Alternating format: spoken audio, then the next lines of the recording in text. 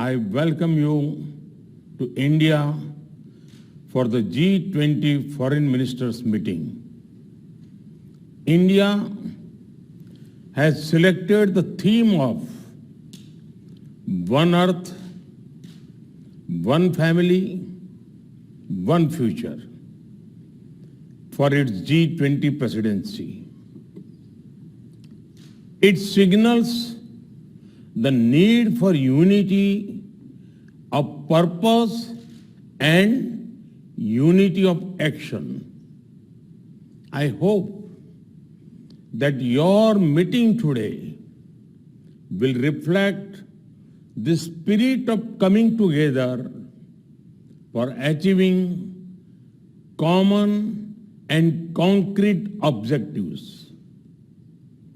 Excellencies, we must all acknowledge that multilateralism is in crisis today. The architecture of global governance created after the Second World War was to serve two functions. First, to prevent future wars by balancing competing interests. Second, to foster international cooperation on issues of common interests.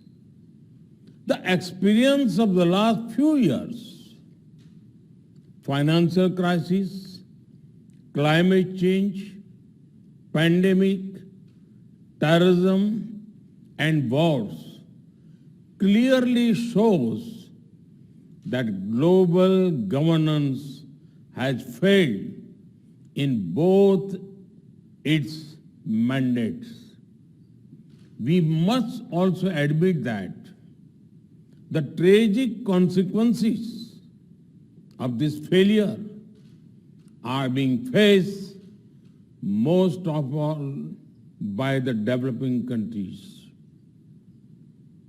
After years of progress, we are at risk today of moving back on the sustainable development goals.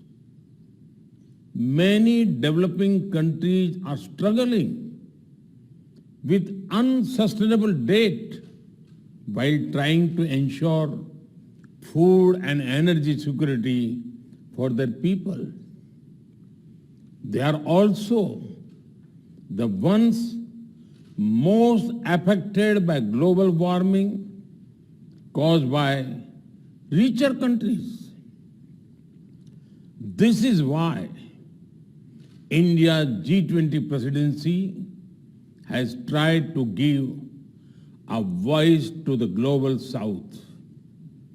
No group can claim global leadership without listening to those most affected by its decisions. Excellencies, you are meeting at a time of deep global divisions. As Foreign Minister, it is but natural that your discussions are affected by the geopolitical tensions of the day. We all have our positions and our perspectives on how this tension should be resolved. However, as the leading economies of the world, we also have a responsibility toward those who are not in this room.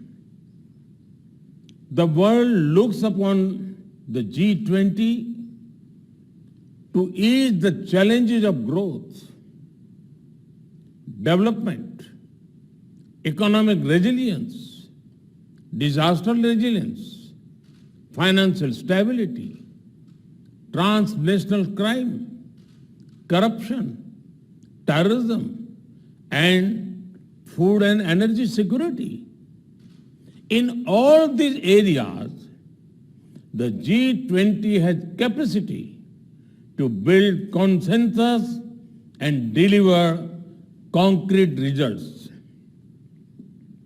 We should not allow issues that we cannot resolve together to come in the way of those we can.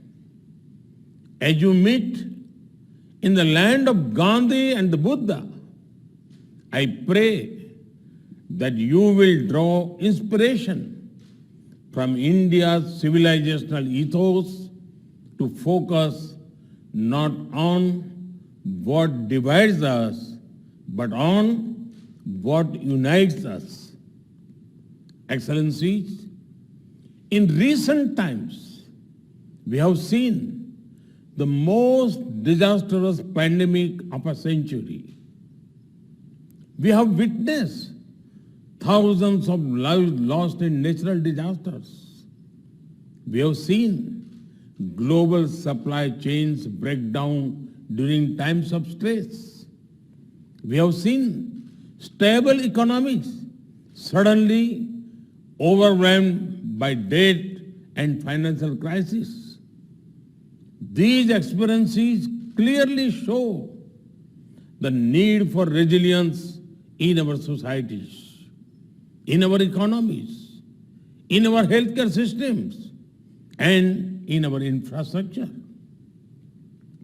The G20 has a critical role to play in finding the right balance between growth and efficiency on one hand and resilience on the other.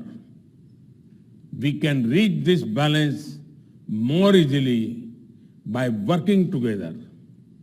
That is why your meeting is important.